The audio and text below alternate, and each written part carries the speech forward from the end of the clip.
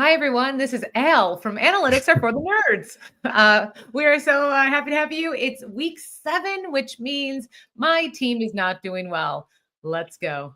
Pick it up, pick it up, pick it up, pick it up. You see the drippy, I'm fitted up.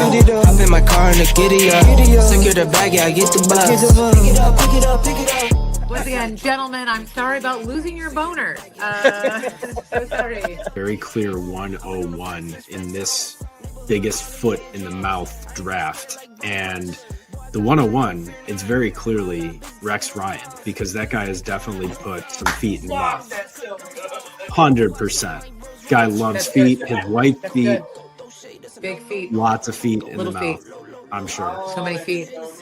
I gotta tell you, I am, you know this about me, I've been around for 20 years, you know I'm like 15 years late to a trend, but I'm also like 10 years before the next trend. I could rock out a visor, I think. I think I could rock it every day, and not for a long time, because eventually that trend will spill again, but I think tomorrow I can go out and people are like, he's rocking it. He's doing it right. He's doing it. Hair and the double mustache and that is fucking gross. So, welcome. I do want to be clear, though, that I have earned one, and Lou is depressed. There's a big difference. Lou is still trying to convince 16-year-olds he's cool, and they keep telling him they don't want weed from him. They can get it from anywhere. Can I just say something right off the bat? Please. That man, that mean man, I kept up with him all the way to the top of a mountain this week. So fuck him and his mean words that make us all laugh every week. Every week. And just for the record, doesn't Kyle Turner literally save lives every week? Yeah, He's allowed but I don't know if he's allowed to be. Well, you say save lives every week. He does work twice a month. And if he takes a day off, he save people. Yeah, sure. He's fought a lot of fire. Doesn't he? Years. Doesn't he every 2 weeks give at least one person Narcan to bring them back? I was going without saying that, but yes, it's not every 2 weeks. It's 3 times an hour, and that's that is what firefighters do. Is administer Narcan. It's really, that's him saying right now. It's 3 times a week. Yeah, by the way, 3 times more a week than I do. So long live all of our firemen and women. Hi, everyone. Hey, Ryan, you're wearing my favorite color. Louis, your ponytail's nice and high, lifting the face. How's everyone doing? What are we doing? Doing better than the Bills, obviously. 2 in a row here, not atop the AFC East anymore. What, I can't talk about it? I can't. As everyone with a good therapist knows, if you don't talk about it, it never happened. So, so yeah. That one. I'm fine. Yes, Ryan, that was pain. Okay, go and say the painful stuff about yesterday, Ryan. No, I mean, I'm not like in full panic mode about them. I still think they're one of the best teams in the conference, and I've always said I feel like when it comes to being a good team, you want to be playing your best football in December. You don't want to be playing your best football in October when it doesn't matter as much. So I still think, you stay the course, you figure it out over the course of the season, you make some defensive adjustments and maybe get some safety help. That would help. Do we think that yesterday was this the team trying to confuse everyone so they don't know what our playbook is? Hello? Check 1, 2. Hello? No? Okay. I'm getting a little bit of lag. Are you getting lag, Ryan, or is it just me? Oh, yeah. I didn't know if it was my internet. I wasn't going to say anything. No, I just want to make sure that we're, I don't know, I think it might be all the way around. Uh-oh. I feel like it. Oh, boy. Can you guys? Oh, no. That was all of us right there. That was all of us. Oh. All right. Hey, 2 seconds. Audience members, how are we now? Are we feeling better? Okay. I don't know what happens. All right. Mercury's in retrograde, right? Hello? Can Kyle Turner save us and the Buffalo Fire? That's hello. Are we better? I think it's working. Okay. All right. It might be me. Let me get out here real quick. See if you Oh, he didn't even finish the sentence. That's how good it was. All right. Brian, anything fun to report before we get into everything and nothing? No, let's get into everything and nothing. Okay, so I have a couple things. Something I like to always report, and we didn't really talk about it last week, but Bill Belichick and the potential buyout that might happen. I think the number he would get paid is what, $280 million a day or something. It's what, $30+ million a year buyout, and then the UNC would have to place him in basically another job. So whether it's with them or another organization, so he's really set. I don't know why. Anyone, is it 56 million? It's something large. Wait, UNC would also have to place him in another job. Could he just say that he's like his girlfriend's like coach, life coach? Could he just do that? I mean, pay for that?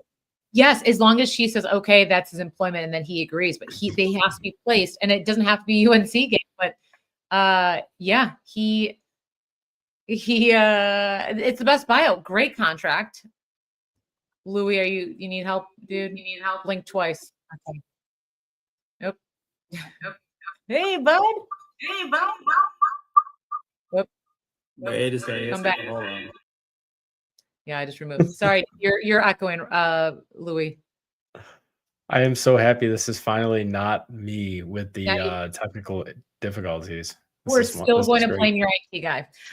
So here is something, and I know Louis is going to smile as he thinks about this because he's not on the stage, but there is a very bonkers thing that happened with our dear sweet Malala, Nobel Peace Prize winning Malala.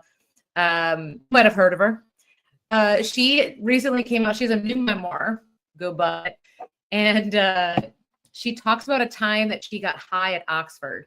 And she said that she was so high and it was so bad. She got these like flashbacks of when the Taliban shot her. That's like her reaction to weed. Oh, this is Louis. This is such a Louis statement. So Louis, do you need help getting in? Oh, let's just try, bud. Let's try this. Are we better here? Yeah. Did you hear anything I just said about Malala and weed? No, but I'm upset that I missed any talk about weed. Sorry, listeners. It's going to be me, and then if I might be out next, so we'll see you soon. So Malala has a new memoir coming out, and in it she talks about the first time she got high, and she was at Oxford, and she said that it was such a bad reaction to weed that she instantly got her brain into thinking she was back with the Taliban being like kidnapped and shot at. So she's like, I don't smoke weed anymore. Which, by the way, good, Malala. Like you shouldn't. That's a terrible reaction to weed. Oh my gosh, I'm buffering, aren't I? What a bad story to tell. No, you're good. Okay. I'm hearing good. Any hot takes on Malala's weed, or if she smoked again, what type of? I'll say one thing. Yeah. I don't know who Malala is at all, or whoever you're saying, but. It sounds cool. I will say someone who is obviously the podcast stoner. I am always high, and there are still times where I'm like, that was too much. And am I dying? Am I going to be the first one that ever dies from taking too much of an edible? And I talk myself into that quite regularly. Similar to Lou, I thought at first you were saying Moana and then I was like, when in Moana did she ever get shot by the Taliban? I don't remember that part. Right. This year's Christmas exchange, I will be giving you guys a Barnes & Noble gift card. Okay. All right. All right. We won't even get into it.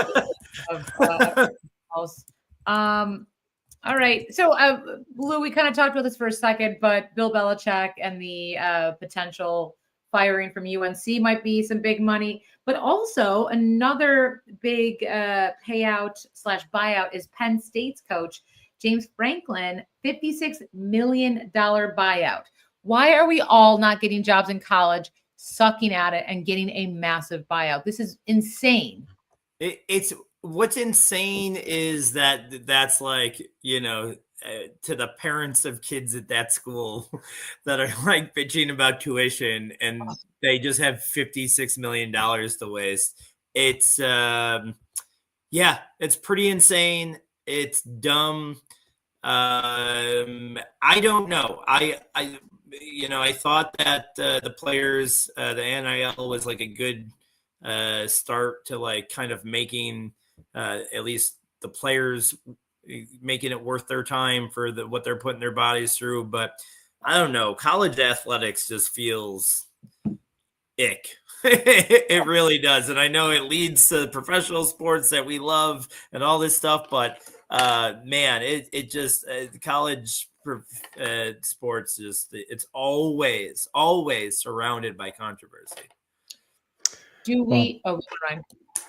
No, I was just going to say I very much enjoy my JV soccer gig over at the local high school here, but I'm not above a buyout of 7 figures. So just throwing that out there.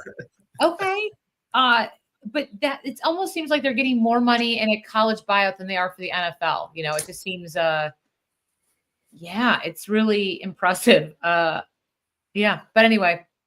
Speaking of coaches, there's a potential that we're going to lose some coaches coming up. Do you guys want to predict who you're thinking might be maybe our sweet Mike McDaniels? Anyone else? Well, Callahan obviously this week, and I think I would think McDaniels is probably on the hottest of seats remaining. But go ahead, Ryan. You were saying something. No, I can't really think of anyone else other than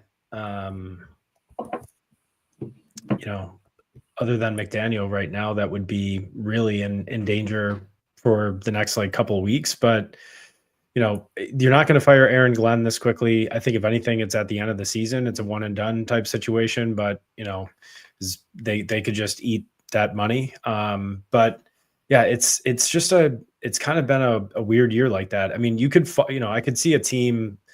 I don't think Carolina does this, but if they fall off, pretty hard, I could see at the end of the season again letting Canales go and try to reset there. But it's a lot still to be decided. McDaniel is the one probably closest though. Oh, buddy. We all do live in a town that the local sports callers are calling for a head coach here to be fired that is on the Super Bowl favorite winning team. But I mean, I'm so glad we don't say callers on this podcast because I heard more people screaming for McDermott being fired, which whatever will be a conversation if he can't get over the next step. So in October. So here's the thing. Do you think the offense was bad or the defense was bad yesterday at the Bills game? Is it Brady's fault or is it McDermott's fault? I honestly think that I think the defense is in shambles, mostly due to injuries and being underprepared for the season, especially in the secondary. But I'm starting to have some troubles with the offensive play calling too. But we're not a Bills podcast. But yeah, I'm a little bit weary of that. We are not a Bills podcast, but I will say this for any non-Bills fans out there, which many of you / most of you are. I miss being a 1:00 team. Yes. I don't like this 8:00 on a Monday. I don't like this 8:00 on a Sunday. I don't need a Thursday at 8:00. I just want to go back to brunch football. Give me a brunch game. Anyway, it's been the biggest difference for me with season tickets is I just want my Sundays in one.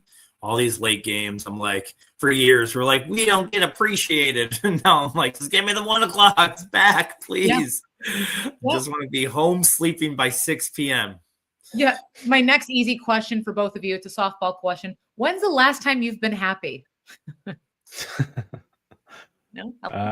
Week 4.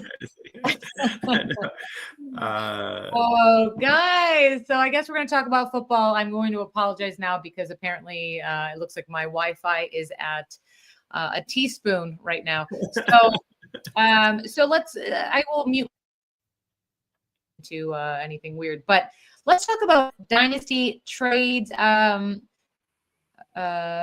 Win now teams, right? So do you want to talk about draft pick compensation, and we'll talk about injured players or young players that you can use? Yeah. So the first name I think we wanted to talk about, and sorry, I know you're going to go Flacco. Yeah. I'm going to go Flacco. Rye, you want to start?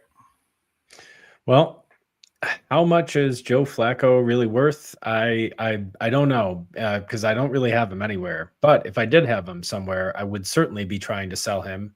And I think I'm going to try to sell him for a guy who was actually benched last week. But I'm going to try to go with AD Mitchell and hope that he ends up in a better situation. I'm still betting on the talent, and I think it's a worthy upshot there. I went the other way with this, and maybe I really wasn't clear, but I think this actually might end up being good conversation. I actually kind of use these guys as like targets and what I would go for them.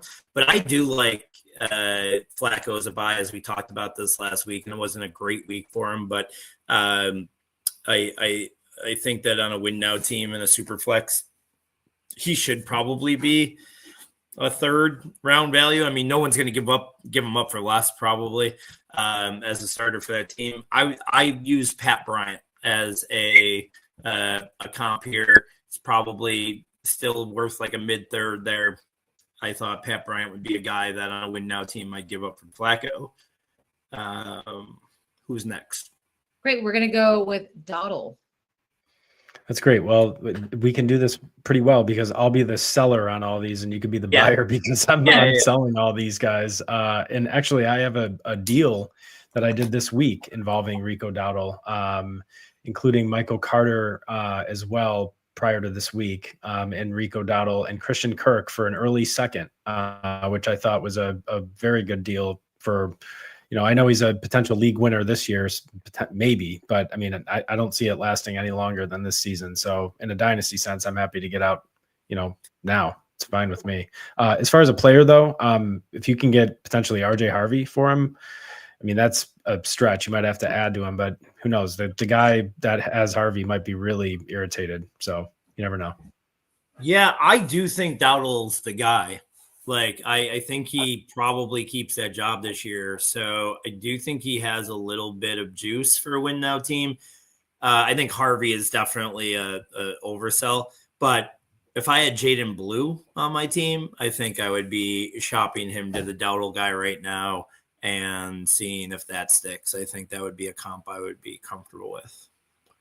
All right. And in the fight for the coolest name, you just said Jaden Blue. Let's go with Sterling Shepard. Another great name.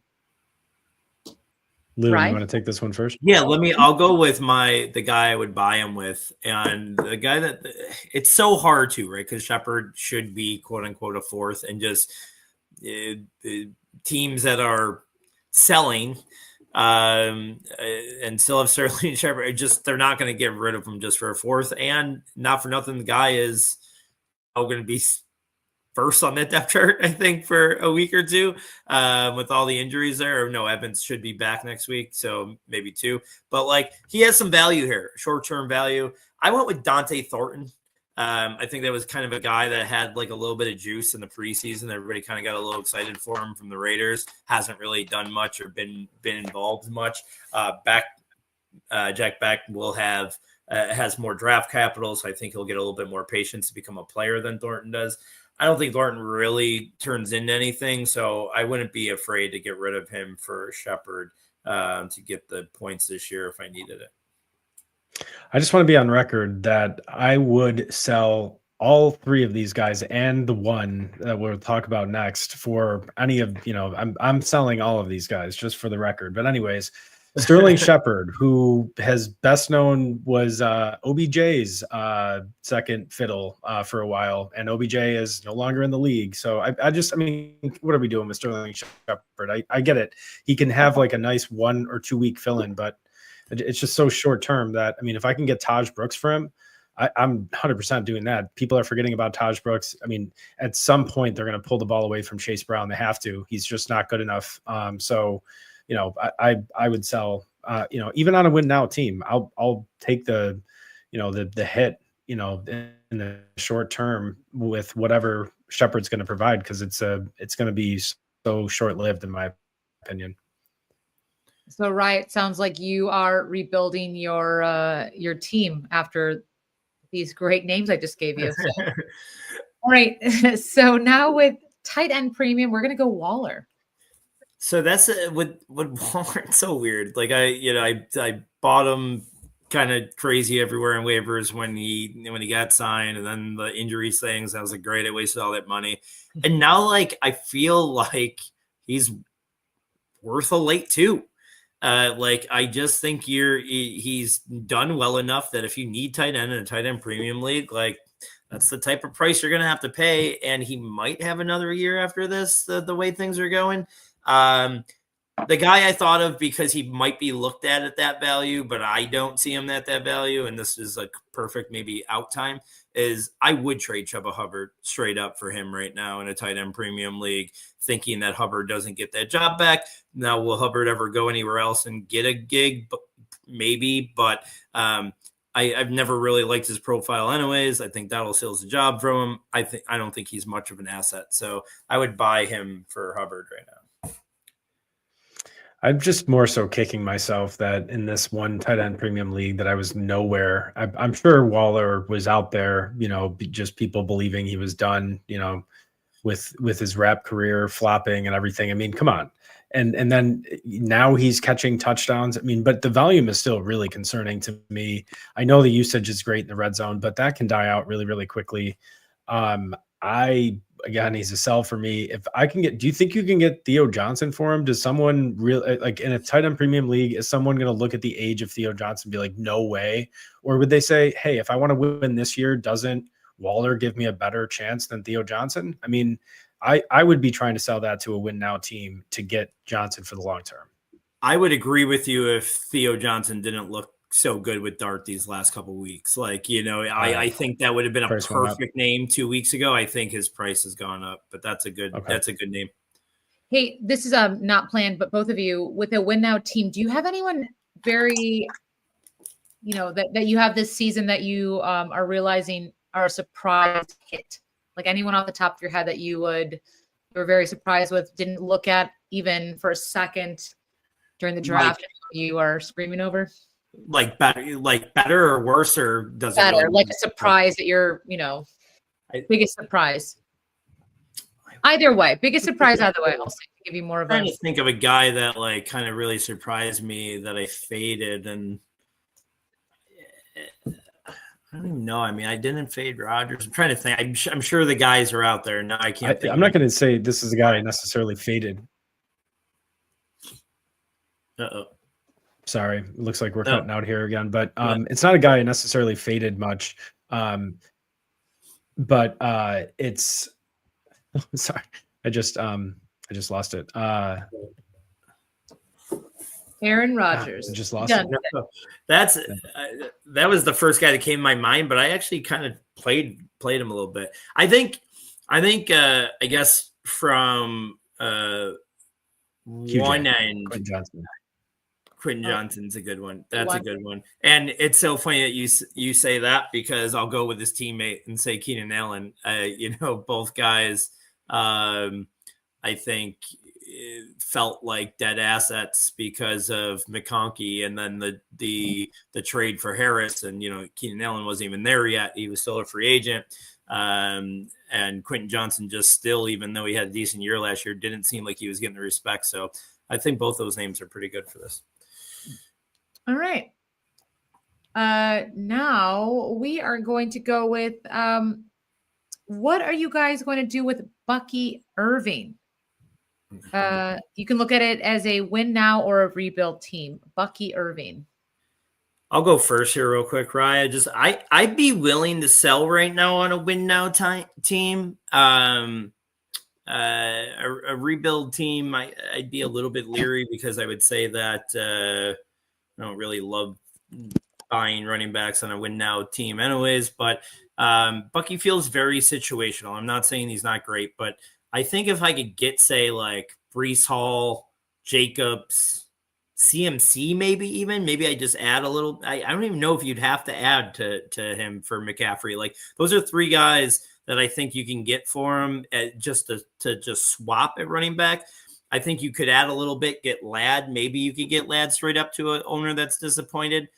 Worthy is a guy, a wide receiver at a different position. I think you could get with Rice coming back in Kansas City. Worthy's hip might take a little bit of a fall here. So I think there's some names here that I would move off of them, especially on a win now team. So I think a good way to try and figure this out, and it's not perfect, but market value wise, dynasty values, right? Keep trade cut. All right. I know it's far from perfect, but let's just use that as a reference point. Just go take a look at a couple of the guys that are rated behind him or lower than him, and use it as a barometer. So, I mean, he's rated ahead of guys like BTJ, Tyler Warren, Quinshon Judkins, Jackson Dart, even in a super flex. Hampton. I mean, could you package to get him? Could you package to get, Genty or May or JSN with Bucky Plus? Is someone that enthused with him? I think it's possible. He had a lot of fans after his rookie season. So I do think I'm selling him as well. I think the time is now before he turns into a, Dameon Pierce type asset. I don't think he's going to fall off quite that hard, but man, people got real excited and over their skis on Dameon Pierce, and then he fell off. So. And Ryan, just on off of that, can you buy Hampton as a rebuild? And what do you think you could? Yeah, I think you can. I mean, I think you can buy him anywhere if you have the right price, right? I mean, it's just you have to find the right owner. You have to find someone that's willing to move off of him, and you have to, if you're a rebuilding team and you're looking to acquire Hampton because he's going to be out now longer than the expected 4 weeks on the IR, the owner might, that's trying to win this year is maybe saying, well, I can't trust this. So, do they, unfortunately, I don't know how you tear down, to a player this year. I mean, maybe you go for, who's like a mid-range RB2. I don't even know. I mean, maybe like no, you can't get Hall for. Yeah, I guess you could go to Hall. You could try to go to Brees and hope he ends up in a better situation. But man, that seems like a really low sell if you're the Hampton owner. Louis, what do you think on Hampton? I think that I would on a win now. I think I would trade like Barkley for him, maybe Kyron plus. I think Barkley is like the closest, like even. Like on a win now, I think that feels pretty even. I think I would have to give up more than Kyron, even though he's doing pretty good. I thought James Cook is probably a pretty good comp here too. I don't know if I do it straight, but I think he's close. So those type of guys, I think I would do it in a deal. I still really like Hampton. And I know. Who would you rather have, Hampton or Bucky? Hampton. I think I would rather have Hampton. Oh, yeah. all right.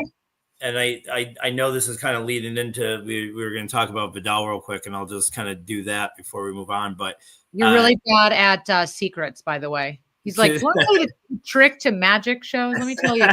I don't ever do the magic trick. Yeah, why don't I pretend like I'm creating this as we go? But Kimani Vidal, I feel like everyone's trying to get a 2 for him right now. I got a million offers this week for a 2. We will get into the week 6 review and how I felt about that, but I can't do a 2. Like I would find a 3 maybe somewhere or a guy that is valued at a 3, that Pat Bryant type of tier, but even that I would feel like a little bit of a overpay, only because I'm not sure that they don't make a trade. I would still feel pretty confident they make a trade. What are you thinking? Yeah, listen, never wrong, just early. I mean, you're talking, you can go back and check the tapes. I was the largest bag holder of Kimani Vidal last year. And of course he's starting and I was refusing to believe. I mean, this guy cost me so much money last year. I was like, screw this guy. I'm done with him. But here he goes. He has a hot hand against guys. Just remember, an absolutely terrible, worst in the league, Miami Dolphins run defense. So let's just keep everything in check here. Yeah, if you can get a 2, you can get any 2, late 2, the last 2 of the 2s. Just take Yeah. it. You know, I mean, yeah, just take it and run. Yeah, they're going to either replace at the position or, you know, fine, you ride it out for a couple of weeks, but they're not going to play the Dolphins every week, and they're not going to play them again for the rest of the season. So, you know, just let's calm down on Vidal, you know, as much as I needed to calm down last year. Maybe I'm just talking to myself, but you know, yes, we need to calm down right now. I love it. So, gentlemen, great hot takes. Let's just kind of go over what happened at week 6. I know I did not have it probably was my worst week yet. Just so you guys know, I played the Eagles for my defense, which was terrible. And I lost to an 88-year-old lovely human, but man, I had a bad week of football. So tell me about some week 6 reviews that you guys have. What are your hot takes? So I will go over what we did for our cats and dogs here, as I have been, and holding ourselves accountable. Yeah. And it wasn't great. Some real big hits, some real big misses. I'll start with Ryan. Ryan had what's that? I just want to say I was like going for Miami. I said that game Miami might win. You don't want to piss off a angry last place team, but they came so freaking close to winning that. Yeah, you did call that. You I just did. want Mike McDaniel to have his job. Yeah, I want him to lose it so bad so he could come be our offensive coordinator. I want him to be the Bills offensive coordinator so bad. He could be nerdy and wear his capris here in Buffalo. Yes. Have cold weak ankles. Man, it literally would be like Ryan and Michael Scott when they're both wearing the goatee in the office. Like it would be Mike McDaniel and Sean McDermott. They both have their glasses on with the clear frames. It's going to be best friends. I love it. Both have like a 21 BMI. Oh, I love it so much. They're so little. Anyway, come on, guys. What are your week 6? Ryan, your dogs were Jackson Dart at quarterback. Obviously, that was a great call as quarterback 3. Genty, you picked for your running back. You bought the running back 11, pretty much where he was slated, but not a miss by any means. Worthy, wide receiver 24. Hollywood Brown took some away from him there. And then you called Goddard, tight end 1, as your dog. So a couple really big hits there and no big whiffs. My dogs were Stafford, who I will blame our one and only Puka Nacua for getting hurt and leaving him behind. And he finishes quarterback 26. Wasn't great. I did call Kamani Vidal. Not confidently, but I did call Kamani Vidal, who ended up being running back 7. I did mention him Sunday morning on the tailgate show with Dynasty G-Gens as well. I picked Isaiah Bond as my wide receiver. We won't talk about that. That was wide receiver 88. And then Tunges finally kind of had his first rough game since coming in for Kittle, and he finished tight end 21. That whole position, we've talked about it a lot here, but man, what a shit show the tight end position could be from week to week. Your cats were Justin Herbert, who at quarterback 14 was a little bit of a slip. ETN pretty much right where he was slated at running back 13. I know what you're doing here. You're trying to be cute, which I like. I love a hot take, but Jamar Chase and Trey McBride, obviously wide receiver 6 and tight end 4. Chase late touchdown. McBride, I kind of felt good. I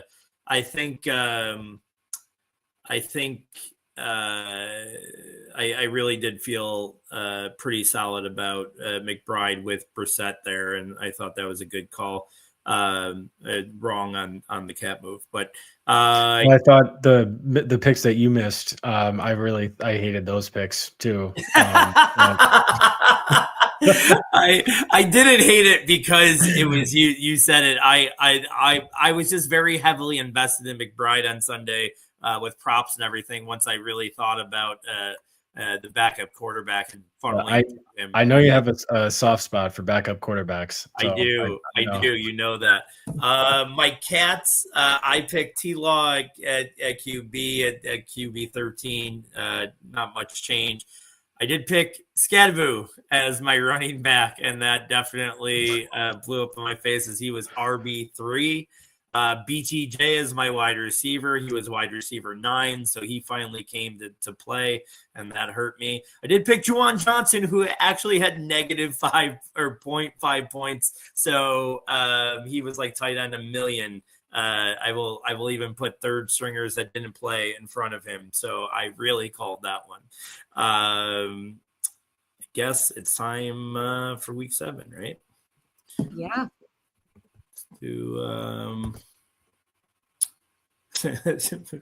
All right. Do you want to start? We don't have the cute video for today because of our technical difficulties. So thank you everyone who's listening right now. We're having a delayed, a little chaotic podcast right now. So thank you so much for listening. So usually we have these fun videos we pop in, but you know what? We're playing it by the cuff. So does anyone want to pretend to do his? I don't think I could do the speech. I honestly don't think I could do the speech. For new listeners, Louis or Ryan, do you want to explain what this video is about, a cat and dog? Well, it was the Coastal Carolina Chanticleers, I'm pretty sure. And their coach talked about needing to have more dogs on their team and not cats. So we need more dogs. We don't need no meows, is what he says. And so that's it. That's all I wanted, is that soundbite of Ryan having to say that. Thank you, Allie, for making that work. Yeah. I need, oh my gosh, for Halloween, our Halloween episode, someone needs to dress up like him. Me. Okay. You do look like you could grow the best mustache. Thank you so much. I'm Irish, so we have very fair hair. But I would probably still look like Freddie Mercury no matter what I did. Anyway, or a guy from Dallas Buyers Club. It would not just, okay. Very topical reference. Sorry, everyone. So everyone, who are your cats and dogs of the week for week 7? Ryan, do you want to go first on this? I want to see your Sure. Should I start with my dogs? Let's start with, we always start with the dogs. Yeah, start with them dogs. All right. So my QB dog of the week, and it's tough because we're really trying to go to the bottom of the ranks and find someone we think that's going to outperform that. I'm just going to pick JJ McCarthy, because I do think that there's potentially some talent still in there. I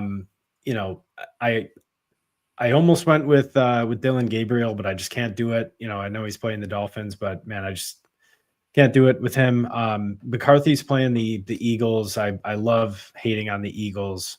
If he does play, they've had the bye week now, so I'm hopeful that he's gotten healthy and he returns and replaces Louis' boy Carson Wentz.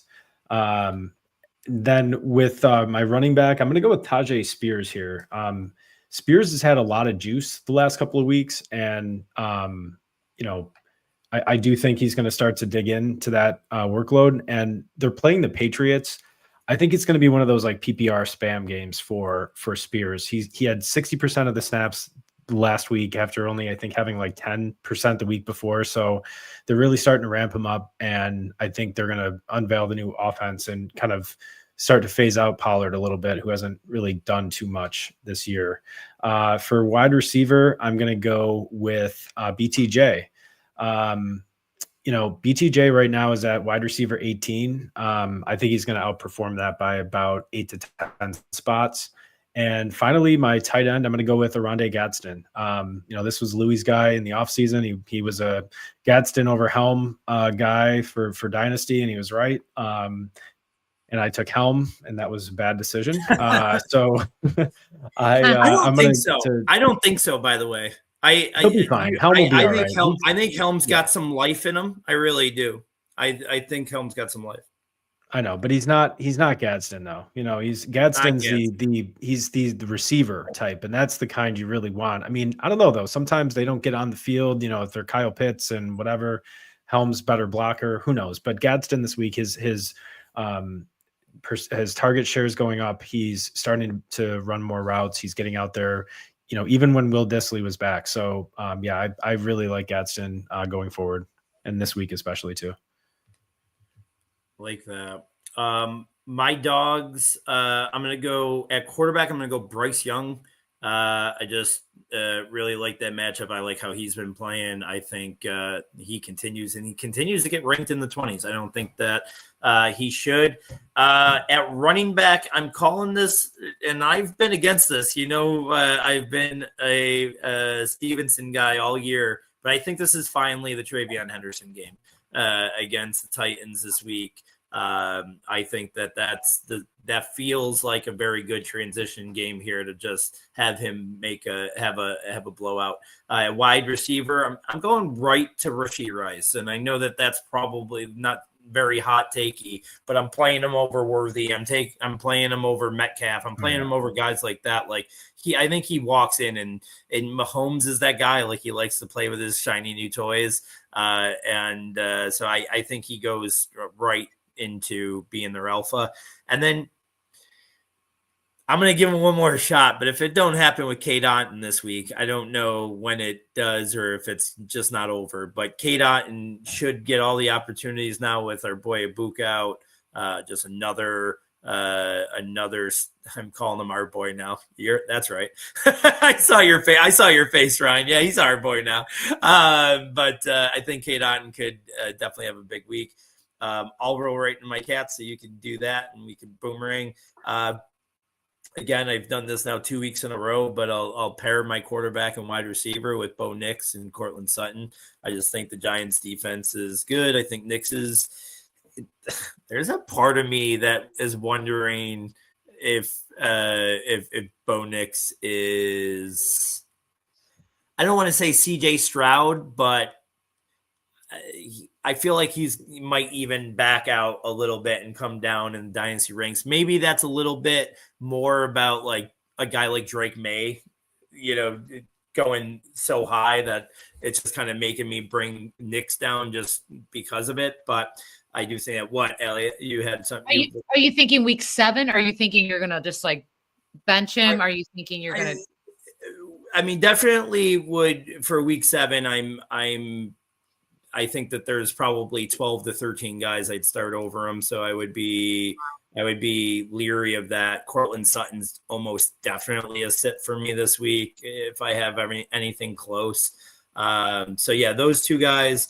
And then at running back, I'm going to go Judkins here. And I know how weird or how risky that is. He's playing against Miami, which is the worst running back. I just wonder if people are going to see the spot. And I guess I'm talking more so to DFS players here because I think you have to start him because of who he's playing. But I mean, the over-under number is set at 77. That's not a huge number. I can just see him being a little disappointing when people just expect this is going to be his breakout game. So be a little bit leery there. And then at tight end, it's tough here. I'm seeing Fannin ranked as a top 5 quarter or tight end this week, and I wouldn't rank him there. We just talked about how crazy tight end has been this year. Like it's throw a dart after McBride. I mean, Bowers, yeah. But Bowers has been, hurt. So, and he'll miss another 2 weeks now because he'll miss this week and then the bye week. So, you haven't had Bowers in over a month. It's going to be, and so the tight end position kind of really sucks. I'll just be careful to not have Fannin in my top 3, but it's not like I'm sitting him. It's not like I'm going to have a lot of teams that have 2 top 10 tight end options to do. So I'm sure I'll be starting him. I just would be leery that he puts that kind of performance out there. Right. So I'll start with quarterback here. I'm going to go with Mac Jones against Atlanta. Just gave, Josh Allen some fits here. Might have been more a result of the play calling, but I do think Atlanta has a legitimately good defense. So I'm going to give them credit. And Mac Jones has a lot of, with Jennings being banged up, it's tough sledding out there. running back, I'm going to go Breece Hall. He's running back 12, which I don't understand because he's going up against Carolina, who's one of the best teams against the run, and just shut down Judkins last week. And, there's some trade rumors going on here. So, they may try to preserve him. So I wonder if he's a bust this week. Wide receiver, I'm going to go Wan'Dale Robinson. I love Dart to get it done on the ground, but I think with, passing game is going to be tough to come by. So, Denver, the last 3 games, get this. I know they had Justin Fields last week, but the last 3 weeks, they've given up an average of 117 passing yards per game. That's insanely low. So really is going to be, a tough time out there, I think. And then tight end Waller. I know we just talked about him. I just cannot understand it. And I'll go down with the ship, if I have to, but I just think he's going to fall off here at some point. If he doesn't catch a touchdown, it's a volatile position. He's not I just don't see him being a big volume play this week. So he's my cat of the week. All right. Hot takes by Ryan. Warm takes by Louis. No, very great takes, everyone. I know this is that big turning point week. So good luck to all. This is a lot. So thank you for that insight. Now, because it is going into week 7, it turns out that everyone is injured, right? Is that why we're doing a week 7 injury draft? I think our two biggest boyfriends on the podcast, Emeka Buka and Puka, both this week. I thought it was Pete Carroll and Dan Campbell, but okay. Our boyfriends, Louis, our boyfriends, not yours, Louis. Yeah, for sure. But yeah, everybody's hurt. So everyone's hurt. Yes, it's not fun. So in honor of that, we are going to do our worst injury draft. Lou, would you mind just figuring out who's going in what order? Yes. I wouldn't waste any bandwidth on the wheel of names. Yeah, don't worry. Right. No, Ryan, you're number 1. I'm number 2. Allie, number 3.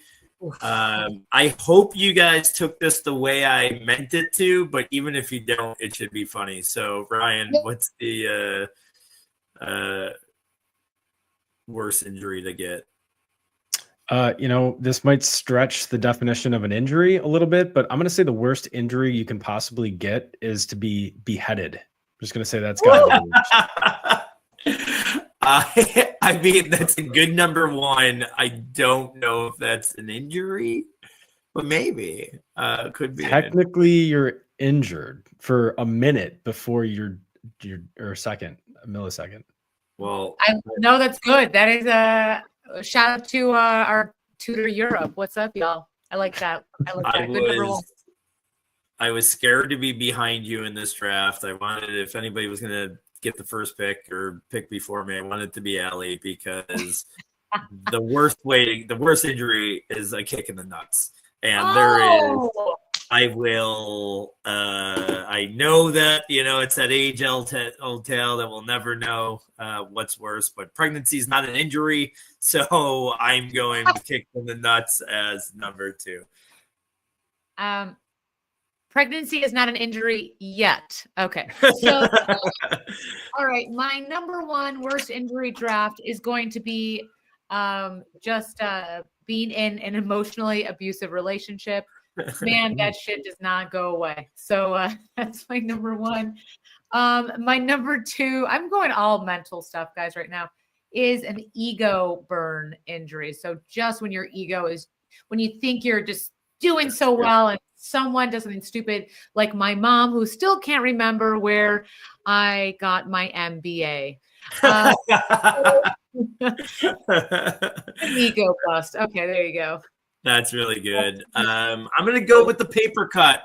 The paper cut is the most annoying, painful, surprisingly painful injury that there is. So I will go paper cut with my second. All right. Again, I'm going like most severe to least severe for mine.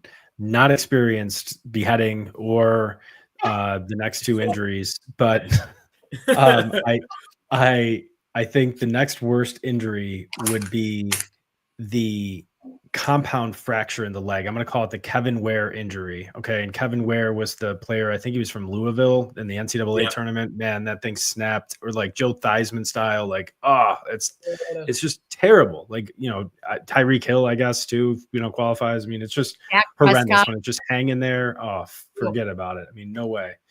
And actually the next one probably should have gone before the compound fracture, because it is worse and it's like more debilitating. But like the spinal cord injuries, the Kevin Everett, on the football kickoff, I mean, that's horrendous. So yes, I think mine severity wise are definitely in the lead right now. Severity wise, you might think so, but you haven't heard mine third, and that is a stub toe. No one has sworn more than me in a house full with a 4-year-old. You know this, Brian. Toys everywhere. You fucking kicking toys. You're stubbing your mother effing. Stub toes again. The worst. I think I'll agree with you if we will also include, like, if it bends up the toenail. You ever have that happen? No. Well, you can't do that because I possibly might lead to another injury idea that I have on my list. So, okay. Wow. So, listener, Ryan brought up a paralysis injury. Louis brought up a paper cut. I'm bringing up a very, very bad injury that might be worse than all of those.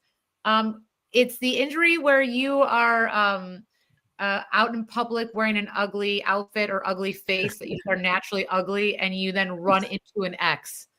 That is such a painful injury. When you're just, as I like to call it, handsome, when you're just showing up looking like you have the flu, but you're just regular you. That is so awful. And I've been there a lot. A lot. Okay.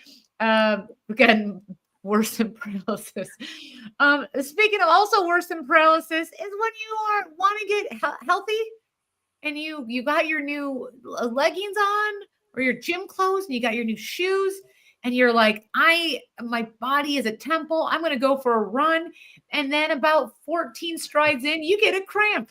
And you just realize how weak you are, and your World War II surviving grandfather who fought against Mussolini and the Nazis would just be like, I fought for this broad to be a loser. So that's, I guess I just say institutional and hereditary failure is another one. I'm very emotional on this, guys. Okay. You did. You got.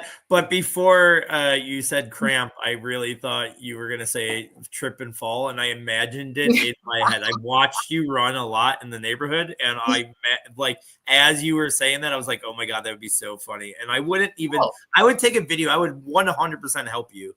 But I would take a video first and make sure I got that. See, but that to me is an ego injury, because then when you run in front of people, then you go kind of faster, and then you're like, oh, and it like hurts, and then you get the cramp again. So that's an ego injury. So yeah, but I respect where you're going with that. Louis, what's your final? My final one, man, there's I have some really good ones left here.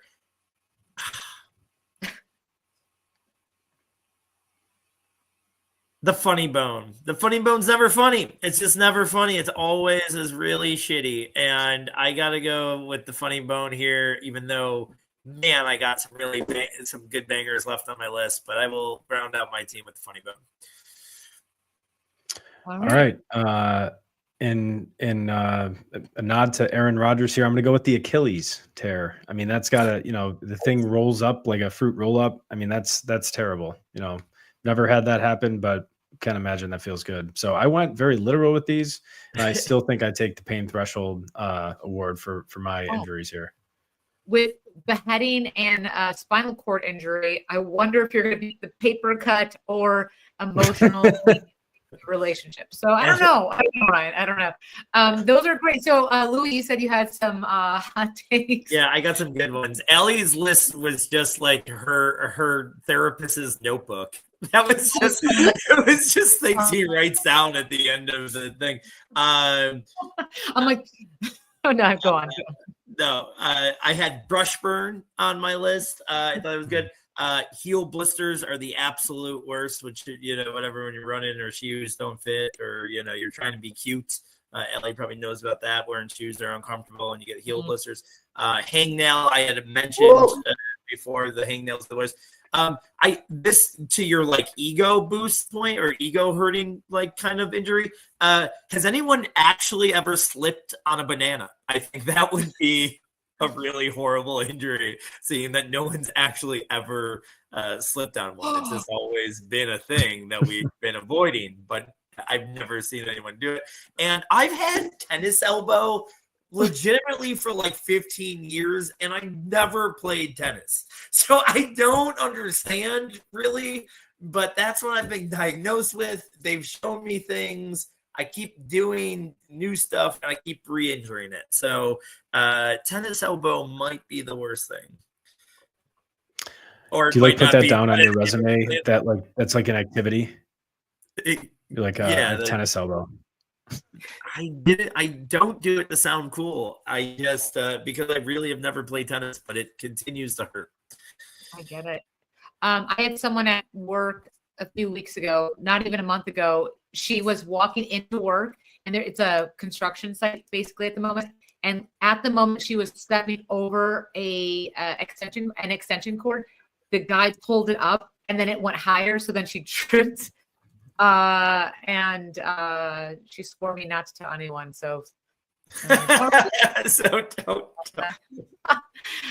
Those are so great. I really think batting and spinal cord injury, I feel like it's hard to compete against with being not in a full face of makeup at Wegmans. So I feel like it's going to be Ryan, Louie, and then me in terms of this draft. But that was fun. That was good. Also, the worst injury is our Wi-Fi and or this streaming service. So this is the cat of the week is StreamYard. So thank you, everyone. Good luck. I know it's not an easy week. There's a lot of injured players. So just knock on wood, cross your fingers, and be good. So thank you, everyone. This is Analytics are for the nerds. We appreciate you. We love you. And thanks for watching and listening.